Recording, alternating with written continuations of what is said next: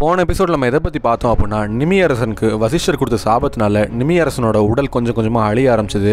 யாகம் முடியறதுக்கு முன்னாடி அரசரோட உடல் அழியக்கூடாது, அரசர் இறக்கக்கூடாது அப்படின்னு சொல்லிட்டு அங்கே இருக்கக்கூடிய முனிவர்கள் எல்லாமே அவங்களோட மந்திர சக்தியால் அரசருக்கு ஒரு கவசம் போல உருவாக்கி அரசரை உயிரோடு தக்க வச்சுக்கவும் செஞ்சாங்க. அதை வச்சு அரசரை வச்சு 4500 ஆண்டுகள் அவங்க யாகம் பண்ணி முடிக்கவும் செஞ்சாங்க. யாகம் பண்ணி முடிச்சோடனே நிமி அரசர் ஆதிபராசக்திகிட்ட ஒரு வரம் வாங்குறாங்க. நான் எல்லா ஜீவராசிகளோட கண்ணில் இருக்கணும், கண் பார்வைக்கு உதவியாக இருக்கணும் அப்படின்னு சொல்கிறப்போ ஆதிபராசக்தி நிமி அரசரை கண் இமையாக போங்க அப்படின்னு சொல்லி வரம் கொடுக்குறாரு. இதை கேட்டு நிமி அரசர் ரொம்ப சந்தோஷப்படுறாங்க. அப்போ நமக்கு ஒரு சந்தேகம் வரலாம், என்ன அப்படின்னா, எப்போவுமே ஒரு குரு சாபம் கொடுக்குறாரு அப்படின்னா மாணவன் எதிர் சாபம் கொடுக்கலாமா அப்படின்னு சொல்லி பார்க்குறப்போ முன்னொரு சமயம் சுக்ராச்சாரியார் யயாதி அப்படிங்கிற அரசருக்கு சாபம் கொடுக்கவும் செஞ்சாங்க. தான் மேலே தப்பே இல்லைனாலும் யயாதி அரசர் அந்த சாபத்தை அனுபவிக்கவும் செஞ்சாங்க. இப்படி பொறுமையாக போகாமல் நிமி அரசர் வசிஷ்டருக்கு எதிர் சாபம் கொடுத்ததுனால தான் இவ்வளோ பிரச்சனைகளும் உண்டாச்சு. இது மட்டும்தான் அப்படின்னு சொல்லி பார்த்தோம் அப்படின்னா கிடையாது. முன்னொரு சமயம் ஹேஹே அரசர்கள் அப்படின்னு சொல்லி ஒரு அரச குலம் இருந்துச்சு. அந்த அரசர்கள் என்ன பண்ணாங்க அப்படின்னா, அவங்களோட குருவான பிருகு முனிவரோட வம்சத்தில் எல்லாரையும் அவங்க கொல்லவும் செஞ்சாங்க. அப்படி ஹேஹேயர்கள் எதுக்காக பிருகு வம்சத்தில் எல்லாரையும் கொன்னாங்க, என்ன பிரச்சனை நடந்துச்சு, ஒரு பிராமணரையோ ஒரு அந்தனரையோ கொன்னோம் அப்படின்னா பிரம்மஹஸ்தி தோஷம் வரும் அப்படிங்கிறது எல்லாருக்குமே தெரியும். அது தெரிஞ்சும் பிரம்மஹஸ்தி தோஷத்தை விட நான் பொருட்படுத்தாமல் இவங்களை கொல்லணும் அப்படின்னு சொல்லி போகிறாங்க அப்படின்னா அந்த அந்தனர்கள் என்ன பாவம் பண்ணாங்க, என்ன குற்றம் பண்ணாங்க, எதனால் இப்படி அவங்க கொல்லவும் செஞ்சாங்க, இந்த ஹேஹேயர்கள் யார் அப்படின்னு சொல்லி தெரியணும் அப்படின்னா இந்த வீடியோ ஸ்கிப் பண்ணால் முழுசாக பாருங்கள்.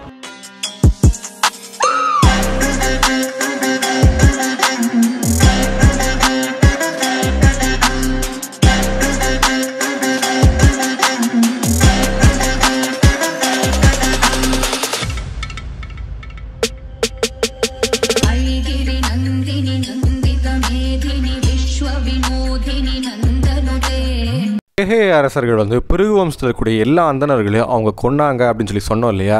இந்த ஹேஹே அரசர்கள் யார் அப்படின்னு சொல்லி பார்த்தோம் அப்படின்னா, முன்னொரு காலத்தில் கார்த்தவீரிய அர்ஜுனன் அப்படின்னு சொல்லி ஒரு புகழ்பெற்ற அரசர் இருந்தார். அவர் 1000 கைகள் கொண்டவர் இருந்தார், மிக பலசாலியாகவும் இருந்தார். அவருக்கு எதிரிகளே இல்லாமல் அவர் ஒரு மிகப்பெரிய நல்லாட்சி கொடுத்துட்டு இருந்தார். அவரோட குரு யாருன்னு சொல்லி பார்த்தோம் அப்படின்னா, விஷ்ணு வம்சத்தில் தத்தாத்திரேயர் தான் கார்த்தவீரிய அர்ஜுனோட குருவாகவும் இருந்தார். இப்படி புகழ்பெற்ற இந்த கார்த்தவீரிய அர்ஜுனன் பற்றி நம்ம சேனலில் ஏற்கனவே ஒரு வீடியோ போட்டிருக்கோம். அந்த வீடியோக்கான லிங்க் டிஸ்கிரிப்ஷனில் போட்டிருக்கேன், பார்க்காதவங்க போய் பாருங்கள். இந்த புகழ்பெற்ற கார்த்தவீரிய அர்ஜுனன் அப்படிங்கிற இந்த அரசருக்கு கொடுத்த ஒரு புனை பேர் தான் ஹேஹேயர். இந்த கார்த்தவீரிய அர்ஜுனன் அப்படிங்கிற அரசரோட வம்சத்தில் எல்லா அரசர்களுக்கும் ஹேஹே அரசர்கள் அப்படின்னு சொல்லி கூப்பிடவும் செஞ்சாங்க. இப்படி புகழ்பெற்ற இந்த ஹேஹே அரசர்களுக்கும் பிருகு வம்சத்துக்கும் என்ன சம்பந்தம் அப்படின்னு சொல்லி பார்த்தோம் அப்படின்னா, கார்த்தவீரிய அர்ஜுனன் அப்படிங்கிற அரசருக்கு புரோகிதராக இருந்த அந்தனர் பிருகு வம்சத்தை சேர்ந்தவர். அப்போது கார்த்தவீரிய அர்ஜுனன் அப்படிங்கிற அரசர் ரொம்ப புகழ்பெற்றவர், அவர் பொன்னும் பொருளும் பெருசாக எண்ணாதவர். அப்படிங்கிறதுனால அவர் அந்தனர்களுக்கு பொன்னும் பொருளும் பரிசாக வாரி வழங்கலாக செஞ்சார். அந்த சமயத்தில் அந்தனர்கள் எல்லாமே ரொம்ப செல்வம் வாய்ந்தவங்களாக இருந்தாங்க, செல்வந்தர்களாகவும் ஆனாங்க. அரசருக்கு இணையாக அவங்க குதிரைகள் பூட்டி தேரில் அமர்ந்து அவங்க வீதி உலா வரவும் செஞ்சாங்க. நவரத்ன ஆபரணங்களே அவங்க எப்போவுமே அணிந்திருந்தாங்க. பார்க்குறதுக்கு பொருளாதாரத்தில் அரச வம்சத்துக்கு நிகரானவங்க போல் அவங்க வாழ்ந்து வந்தாங்க. இப்படியே காலங்கள் போயிட்டு இருந்துச்சு. விதிவசத்தால் கார்த்தவீரிய அர்ஜுனனோட மரணம் அப்படிங்கிறது ஏற்படவும் செஞ்சுது. இதனால் கார்த்தவீரிய அர்ஜுனனோட வம்சத்தில் ஹேஹே அரசர்கள் எல்லாமே பொன்னும் பொருளும் இல்லாமல் அவங்க ரொம்ப வறுமையை சந்திக்கவும் செஞ்சாங்க. அந்த சமயத்தில் ஹேஹே அரச வம்சத்தில் அரசர் யோசிக்கிறாரு, நம்ம முன்னோரான கார்த்தவீரிய அர்ஜுனன் எவ்வளோ தான தர்மங்கள் இந்த அந்தனர்களுக்கு பண்ணியிருக்காங்க, இவங்க எவ்வளோ பொருளாதாரத்தில் மேம்பட்டுருக்காங்க, இவங்க கிட்ட போய் நம்ம ஏதாவது ஒரு தானம் கேட்டு கொஞ்சமாவது பொருள் இருந்துச்சு அப்படின்னா நம்ம அதை வச்சு திரும்ப மீண்டு வந்துடலாம் அப்படின்னு சொல்லிட்டு அவங்க அந்த அந்தனர்கள் வீட்டில் போய் அவங்க கேட்குறாங்க, என்னோட முன்னோர்கள் உங்களுக்கு எவ்வளவோ தானம் பண்ணியிருக்காங்க, நாங்கள் அதெல்லாம் திருப்பி கேட்கல, எங்களுக்கு ஏதாவது ஒரு தானம் பண்ணுங்கள், இல்லை வட்டிக்கு பணமாவது கொடுங்க, அதை வச்சு நாங்கள் திரும்ப மீண்டு எழுந்து வந்துடுவோம் அப்படின்னு சொல்லி கேட்குறாங்க.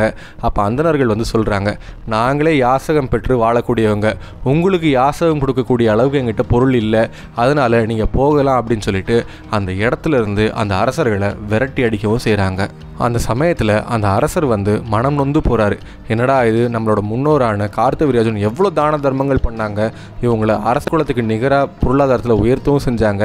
இன்றைக்கி நமக்கு ஒரு கஷ்டம், நம்ம வறுமையில் இருக்கோன்னு சொல்லிட்டு நம்ம தானமாக கேட்டோம், கொடுக்கல. சரி கடனாவது கொடுங்க, வட்டிக்கு கொடுங்க, நாங்கள் திரும்ப கொடுத்துட்றோம் அப்படின்னு சொல்லி கேட்டோம். நம்மளை விரட்டி அடிக்கிறாங்க. நம்ம எப்படியாவது வந்து நம்ம பொருளாதாரத்தில் மேம்பட்டு வரணும் அப்படின்னு சொல்லி அவங்க நினச்சிட்டு இருந்த சமயத்தில் தான் வந்து அங்கே பிருகு வம்சத்தில் இருக்கக்கூடிய அந்தணர்கள் எல்லாமே வந்து காட்டுக்கு நான் தவம் பண்ண போகிறேன் அப்படின்னு சொல்லி முடிவு பண்ணுறாங்க. அவங்ககிட்ட இருந்த பொருள்கள் எல்லாத்தையுமே வந்து அவங்க தங்கியிருந்த வீடுகளை சுற்றி அவங்க புதைச்சி வைக்கவும் செஞ்சாங்க. மீதம் இருந்த செல்வங்கள் எல்லாத்தையுமே வந்து அவங்க பெரிய செல்வந்தர்களுக்கு, அதாவது யார்கிட்ட கொடுத்தா திரும்ப நமக்கு வட்டி முதலமாக கிடைக்குமோ அந்த மாதிரி செல்வந்தர்களை தேர்ந்தெடுத்து அவங்களுக்கு பணத்தை வட்டியாக கொடுத்துட்டு அவங்க காடுக்கு போகவும் செஞ்சாங்க. இதை கேள்விப்பட்ட அந்த ஹேஹே அரசர் வந்து சரி இதுதான் சமயம், இந்த அந்தணர்கள் மறைச்சி வச்சிருக்கக்கூடிய பொருள் பொண்ணு எல்லாத்தையுமே வந்து நம்ம தேடி எடுத்துடணும், அப்போ தான் வந்து நம்ம திரும்ப மீண்டு வர முடியும் அப்படின்னு சொல்லிட்டு அவங்க தங்கியிருந்த ஆசிரமம் பக்கத்தில் போய் பார்க்குறாங்க. பார்த்தோம் அப்படின்னா எங்கேயுமே எதுவுமே இல்லை. அப்போ தான் அவர் யோசிக்கிறாரு, இந்த அந்தணர்கள் வந்து எப்படி இந்த பொருளை மறைச்சி வைப்பாங்க அப்படிங்கிறது எனக்கு நல்லாவே தெரியும். இந்த வீட்டு வட்டாரத்தை சுற்றி நம்ம தோண்டணும் அப்படின்னா இங்கே தான் அவங்களோட பொருள்கள் எல்லாத்தையும் மறைச்சி வச்சுருப்பாங்க, அதை நம்ம வந்து அபகரித்து கொண்டு போகலாம் அப்படின்னு சொல்லிட்டு அவங்க நினைக்கிறாங்க. அவங்க நினச்சா மாதிரி அந்த வீடுகளை சுற்றி அவங்க தோன்றப்போ அவங்களுக்கு ஏராளமான பொண்ணும் பொருளும் கிடச்சிது. இதை வச்சு அந்த அரசர்கள் வந்து திரும்ப செல்வந்தர்களாக ஆகவும் செஞ்சாங்க. இதை தெரிஞ்சுக்கிட்ட அந்த தவத்துக்கு போன அந்த அந்தணர்கள் வந்து திரும்ப அரசர்கள்கிட்ட வந்து கேட்குறாங்க, எங்களோட பொண்ணும் பொருளையும் நீங்கள் அபகரித்து கொண்டு போயிட்டீங்க, எங்களுக்கு திரும்ப கொடுக்கணும் அப்படின்னு சொல்லி கேட்குறாங்க. அப்போது அரசர்கள் வந்து இந்த அந்தணர் எப்படி வந்து அந்த அரசரை வந்து விரட்டி அடித்தாங்களோ அதை மனதில் கொண்டு அவங்க இந்த அந்தணர்களை துரத்தி அடிக்கவும் செய்கிறாங்க. அவங்க திரும்ப வந்து கேட்குறாங்க. அப்போது அரசர் சொல்கிறாரு, நன்றி மறந்த அந்தணர்களே, நீங்கள் வச்சுருந்த பொருள் பொண்ணு எல்லாமே வந்து என்னோட முன்னோர் கொடுத்தது, அப்படிங்கிறப்போ நான் ஒரு தானம் கேட்டு வரப்போ நீங்கள் சிறிய அளவு கூட பொருள் கொடுக்கல, அதனால் இந்த பொண்ணும் பொருளும் வந்து உங்ககிட்ட இருக்க தகுதியே இல்லை அப்படின்னு சொல்லி சொல்கிறாங்க. ஆனால் அந்த அந்தணர்கள் மறுக்கவும் செய்கிறாங்க. அரசரோட இணையாக வாக்குவாதம் செய்ய ஆரம்பிக்கிறாங்க. அரசருக்கு பயங்கரமாக கோபம் வருது. அவர் சொல்கிறாரு, இந்த அந்தண வம்சத்தில் பிறந்த எல்லாருமே வந்து அழிங்க, ஒரு கரு கூட இருக்கக்கூடாது, எல்லாருமே கொல்லுங்க. ஏன் அப்படின்னா இவங்க நம்மக்கிட்டேயே வந்து யாசகம் பெற்று நாளைக்கு நம்மளே வந்து அதிகாரம் பண்ணுவாங்க, இவங்களை அழிச்சிருங்க அப்படின்னு சொல்லி அவர் உத்தரவிடவும் செய்கிறாரு.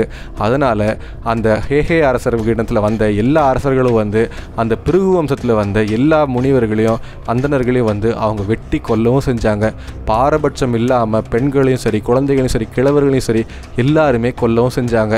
இதை தெரிஞ்சுக்கிட்ட நிறையா முனிவர்கள் வந்து அரசர்கிட்ட ஏன் இப்படி பண்ணுறீங்க, அந்தணர்களை கொல்றது பாவம் இல்லையா அப்படின்னு சொல்லி கேட்குறாங்க. அப்போ ஹேஹே அரசர் வந்து சொல்கிறாங்க, முனிவர்களே நீங்கள் சொல்கிறது சரிதான், ஒரு சமயம் வந்து இந்த அந்தணர்கள் ரொம்ப கஷ்டப்படுறாங்க, அப்படின்றப்போ என்னோட முன்னோரான கார்த்தவீர்யார்ஜுனன் இவங்களுக்கு எவ்வளோ வந்து பொண்ணும் பொருளும் வாரி வணங்கினாங்க தெரியுமா, இப்போ நாங்கள் வந்து வறுமையை ஏற்றிருக்கோம், அப்படிங்கிறப்போ எங்களுக்கு உதவி பண்ணுங்க அப்படின்னு சொல்லிட்டு அவங்கக்கிட்ட போய் நாங்கள் வந்து தானம் கேட்கல, நாங்கள் வந்து யாசகம் கேட்கல, எங்களுக்கு வட்டியாக பணம் கொடுங்க, நாங்கள் திரும்ப கொடுத்துட்றோம் அப்படின்னு சொல்லி கேட்டோம்.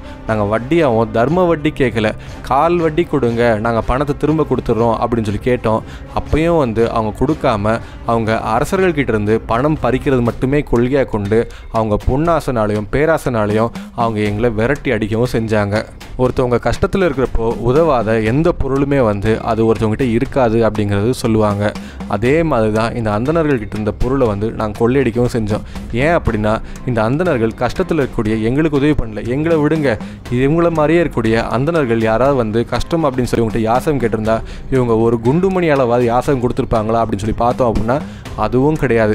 இவ்வளோ பேராசை கொண்ட இந்த அந்தணர்கள் இந்த மண்ணில் வாழ்றதுக்கு தகுதியே கிடையாது, அதனால தான் இவங்களை நாங்கள் கொல்றோம் அப்படின்னு சொல்லிட்டு அவங்க கொலை வெறியோட இந்த பிருகு வம்சத்தில் வந்து அந்தணர்களை பூரா தேடி போகவும் செஞ்சாங்க. இந்த ஹேஹே அரசர்கள் வந்து இந்த அந்தணர்களை மொத்தமாக அழிக்கணும் அப்படின்னு சொல்லி அவங்க கொலை வெறியோட தேடி போயிட்டு இருந்த சமயத்தில் இது கேள்விப்பட்ட அந்தன பெண்கள் எல்லாமே வந்து சரி நம்மளை நம்ம காப்பாற்றிக்கணும் அப்படின்னு சொல்லிட்டு அவங்க இமயமலைச்சாரில் போய் ஒளியவும் செஞ்சாங்க. இப்படி கோவத்தாலையும் பேராசையாலையும் இந்த ஹேஹே அரசர்களால் அந்தன இனமே மொத்தமாக அழியிற நிலைமைக்கு போயிடுச்சு. இப்படி அழியிற நிலைமைக்கு போன இந்த அந்தனர் இனம் வந்து எப்படி திரும்ப அவங்க மீண்டு வந்தாங்க, எப்படி இந்த ஹேஹே மன்னர்களிருந்து தப்பிச்சு வந்தாங்க அப்படிங்கிறப்ப தெரியணும் அப்படின்னா அடுத்த ஒரு எபிசோட கண்டினியூஸாக பாருங்கள்.